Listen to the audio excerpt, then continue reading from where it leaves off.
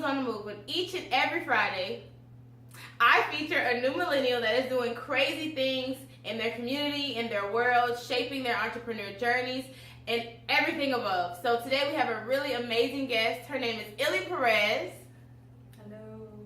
And I can't wait for her to share her story with us. So before we get started with our interview, I'm going to let her tell us a little bit about herself. So Illy, tell us about yourself. All right. Hello, everyone. Well, my name is Illy Perez. I'm not crazy. I have feelings. I'm a very, very sensitive person. So with my art, with opinions, with everything, I'm very sensitive. I take it to the heart. I've even cried in Finding Nemo. You know, like, I'm that sensitive. I'll see like a sad commercial and I'll cry and I'll get very teary. So that also, it's a good and also bad. Right. Bad in a sense because you're so sensitive, you're 10 times harder on the people that you let in. You'll have a very hard exterior. Mm-hmm. I'm a Cancer, so June 25th, I'm very hard to get to know. But once you do get to know those hard people, they're nothing but warm and fuzziness, and that's what I am truly inside once you get to know me, though. It's not something that's up front in your face. It takes time to build that trust for me to open those doors. Right. I'm going to start off with basically 4 main things that really dictate my life that helps me have a short-term and a long-term vision that keeps me grounded. I'm going to first start off with inspiration. Everything that, if I could put it shorter, it's everything. Inspiration falls under everything that makes society what it is, my environment. And I look for that, for the good and the bad. That's what inspires me. Second, I'm going to say knowledge. I'm a strong believer of knowledge is power. Without it, you just would be lost without the world. If you can't read a map, you wouldn't know where you are, where you stand, and that's important. So just knowledge about who you're with, knowledge of your environment, knowledge of the friends that you pick, knowledge of self-awareness, knowledge of every little thing you could just pick up on and interpret and really question. So being knowledgeable of whether it's work, life, friends, having a balance, being knowledge of how to live a better life, how to be a better human being, knowledge of that, and knowledge also of the people and the systems that, also dictate our world. Right. So just being, in general, self-aware and having that knowledge of always being self-aware, whether it's your surroundings and yourself. The third thing I'm going to say, family and friends. I mean, what's family, friends, and love? Who would we be? What? I don't understand. Right. So with that, I've learned that also love comes in that mix. Once I start to, you're around my surroundings more, I know who you are, I get to know you, you become a friend. Even families, I have a very small family. Right.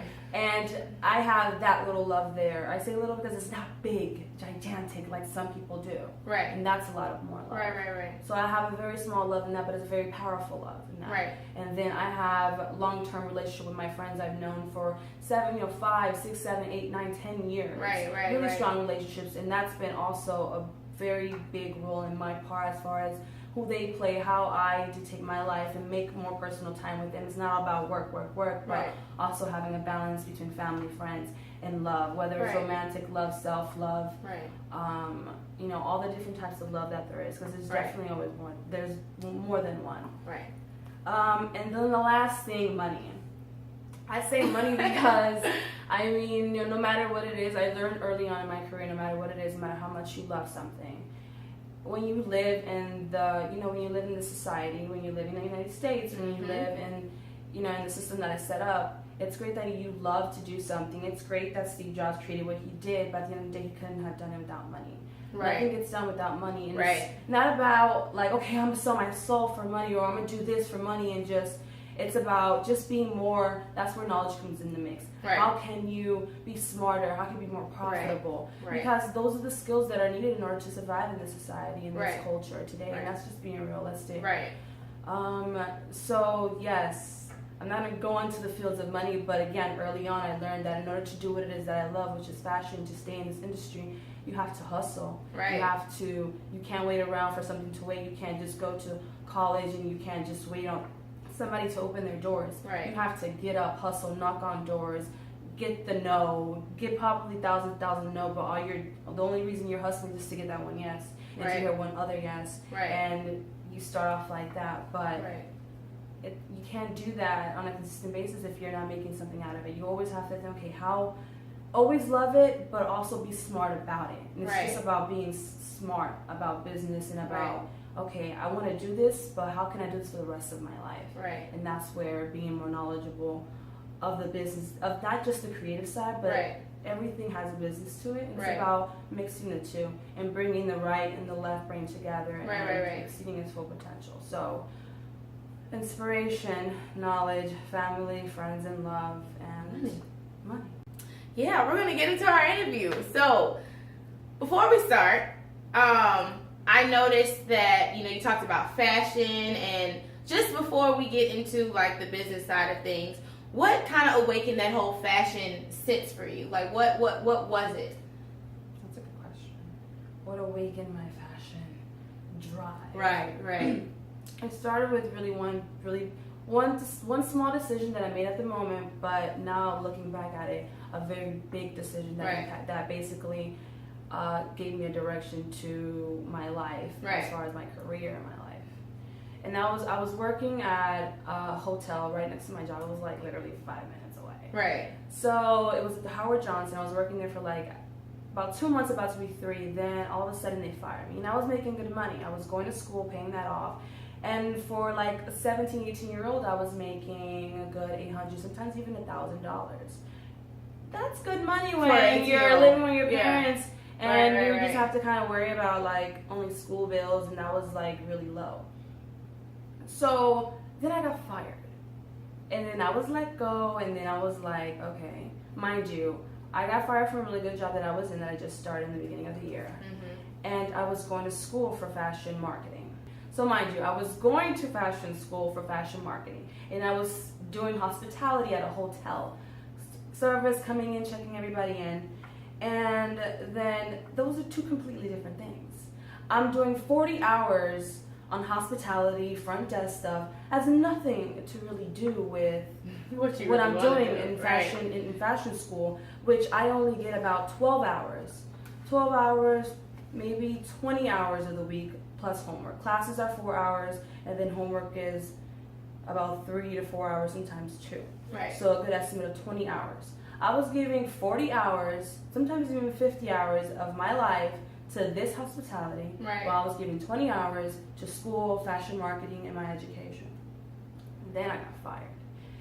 And after I got fired, I just walked the streets. Though mind you, I was 5 minutes away from my house, but I walked the streets. And I didn't know what to do with my life. I was just like, oh my God, everything's falling apart. Then I made a decision right then and there that I was not ever going to do anything that did not have to do with fashion. I could not take anything, whether it was front desk, again, $13, $14, $16, $20, being working at a hospital or something, or whatever it is. Those 9 to 5, I couldn't do that. If it wasn't fashion oriented, I was not going to take it. Right. So for 2.5 years, I worked completely for free. And that's after I got my first internship, that was it. I never turned back. I only got fashion related jobs. And so where did you intern? I first interned at A7 Jeans. Oh, A7 Jeans. A7 Jeans. It was in the cut. And the cut means it was just in a very sketchy, barren, rocky, in the cut. So I was interning there, and when you intern, and at least in fashion, when you intern, I was working at a showroom. It does make a difference if you're interning at a corporate office or if you're doing anything else. I was interning specifically in a showroom, which you do basic stuff, office stuff, like assisting the sales representative. You're assisting the whole team, the seamstresses, the designers. You run little small errands here and there. You accommodate the models when they walk in. A little bit of everything. You just basically are an extra hands-on for the actual company and the members in it. And I did that for a short time, and it was very educational. But there's only, once you get to a certain point as an intern as well, especially in the fashion industry, you find that there's really not that many positions for the company to put you in, or you have to last a little bit longer. And I was a student, I was young, and that was in my whole future. It was just free work, and that's the thing about free work and about internships. You can leave whenever you want to. I mean, hey, if you don't have to be miserable, like, no, just early on I was like, you know, if you don't like something, just get up and go. Right. You're gonna go anyway. Right. You know, it is what it is. You learn from it. I mean, I'm not gonna go back. Okay, so let's get into what your job life looks like. What does your journey look like? Let's explore that so we can give them a better idea of what's going on with you.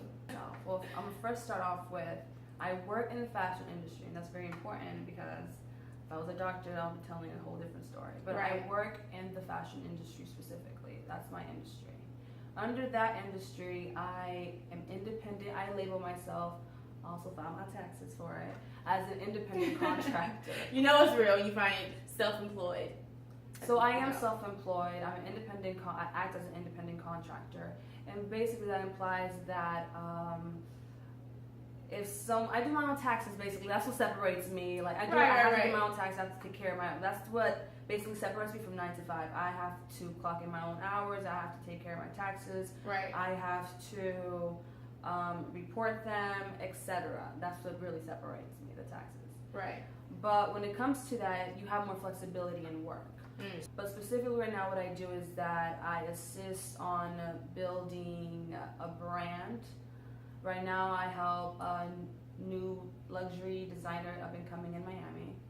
And right now I ran Style Link Miami, which is an online fashion boutique for the city women of today. And on the side I do photography. I write for Styling Miami as well, as far as fashion orientated things. Crunch down.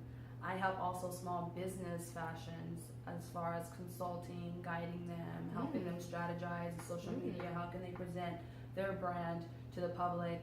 And so to sum it all up, in shorter words, I am the mediator between a fashion brand or a fashionpreneur. Right.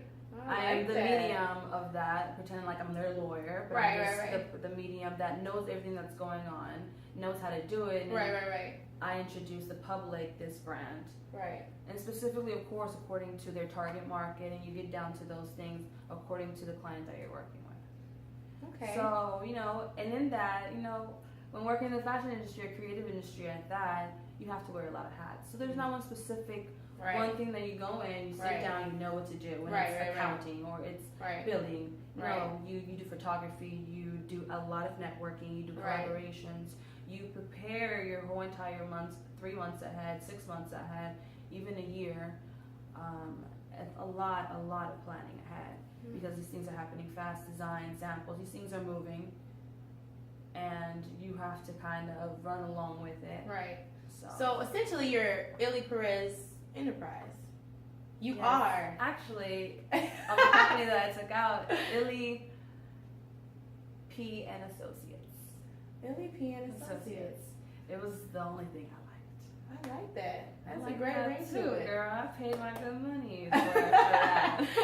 So, with branding yourself and being in the fashion world, like you said, it's different avenues. It's different routes that you have to take to get what you want, to make things shape. You have to be knowledgeable of everything. What would you say is like one of the greatest accomplishments you've had being in this industry and being a freelance photographer? My biggest accomplishment is just growing as a human being and growing in this industry as a person, as a working woman, as a fashionpreneur, as an individual. Right. Because as doing what I do, being an independent contractor, working with people, you know, doing your own things, you are kind of your own little vehicle of business. Right.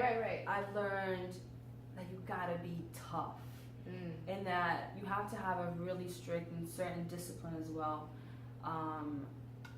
to push on through all the obstacles, because you're really, at the end of the day, the happiness don't even like count. It's how you handle those big obstacles. And you become, you know, you start to really grow because so many things get thrown at you unexpected. Right. I mean, at any moment you may not have a job or whatever. But as far as big accomplishments, it's just developing myself. I'm not the person I was a year ago. Right. Person and also business-wise, I'm not, and that is so powerful to me, because if I was, then I would not be here right now. Right. We kind of talked about some challenges. I want you to try to narrow down to one major challenge that you have faced in your journey, getting to where you are and to now. Now, that may be a little difficult because I know you have a lot of ups and downs. I know but one. I'll give me one. Give me one. It's money. And there's a reason why I say money. Because, mind you, when you're an independent contractor, when you're a freelancer, what separates a person from 9 to 5 is because that person has security. That person has a place to go. They're getting a certain check at a certain time. Right. I'm not. Right. I'm dealing with individual people that want to create something. Right. And a lot of people in the creative industry, that's why I say it's a hard industry, because they don't think editing pictures or taking a picture, this and that, it's like, oh, it's just a little thing. You just have to click on the flash and magic will happen. But that's not how it is. It's a process. And it's a process that has to be done right. And people don't understand the value of that. They don't understand the value of that. Oh, they only understand the value of that when they have to actually sit down and do it themselves. Then they realize, wait a second, maybe I can't do it, but this is really time consuming. I have a million other things to do. Right. So this is where people always want, whatever they can give for the cheapest dollar. Mm-hmm. And that's always going to be everywhere. It's America. It's right. 2021. That's all those companies, that's all that. But what I do, it's hard to even put a label on it. When you're a doctor, okay, the salary. But when you're doing what I do, it fluctuates. Right. You don't know where maybe you're getting your income. Maybe this person's done with their business. Right. So one of the biggest challenges is dealing with money, and also with money comes negotiation. You have to sit there and argue your worth. Right. And that's one of the biggest challenges I found in general. People will sit down there, they're probably the richest person in the world, but they will try to get the cheapest thing. And if you don't value yourself, if you don't know who you are, how much your worth, your principles, your worth ethic is worth, your art, whatever it is that you do, if you don't know that, you're always gonna sell yourself short. Sell yourself short. You're always gonna sell yourself short. That's gonna be your true story. You could be amazing, but if you sell yourself short, you're not gonna get anywhere. You're eventually gonna find yourself stuck. And I've learned that I don't want to get stuck. If I've known people that don't do great work, but somehow get paid so much money because they have that ego. It's them. So, money and negotiation, you have to learn, and it's not something that you're born with. It's something that you do have to practice. Right. It's something that does make, I don't know, it makes you feel some type of way. Mm-hmm. For me, as a fashion creative, and also as a woman, I believe it has to do something with me being kind of a girl, because I don't know how guys are. I find my friends a little bit more confident, and I'm like, I've built that confidence, but I wasn't like that. I've had to go to them to ask for advice. Like, how can you sit there in front of, this 30, 40-year-old person that's running the company and tell them, hey, if you don't pay me this much, I have to go and find something else better. Right. That's a hard thing to do. So money and negotiation. The hardest obstacles. Hearing these great obstacles and challenges, but very uplifting and moving and growing moments that you've had in your life, what would you say is your muse? Like, what do you embody that keeps you grounded, that keeps you going? I would have to say, okay, so I'm not from here. I wasn't born in the United States. I was born in Cuba. Okay. I was in Cuba till I was 5 years old. Okay. I still have those memories and those feelings of I was in Cuba. Cuba, I don't even know how to describe you. I mean, it's like basically a third world country. Being that I'm so grateful, my parents sacrificed everything to go to this country. They were married. They were like around in their early 20s. They sacrificed everything. They left their entire family to go to another country, basically another world. Wow. So that was a sacrifice. And it's been me, my mom, and my dad for all of our lives, for all of my life, as far as I know, and a little portion of the family that I did have. And it's always been them and the friends that I've made. Right. And I didn't, I don't know, I wasn't exposed to all that much. I was just so grateful to have what I had. Exactly. And I was content. I didn't see a whole bunch of things in my face and kids. Oh my God, I want to be this, I want to be that. No. Right. This is a blessing. Everything here is a blessing. Right. You have nothing like that over there. It's a whole completely different culture, lifestyle, ethics, principle, way of living. Right. A very poor way of living. And I still remember those things.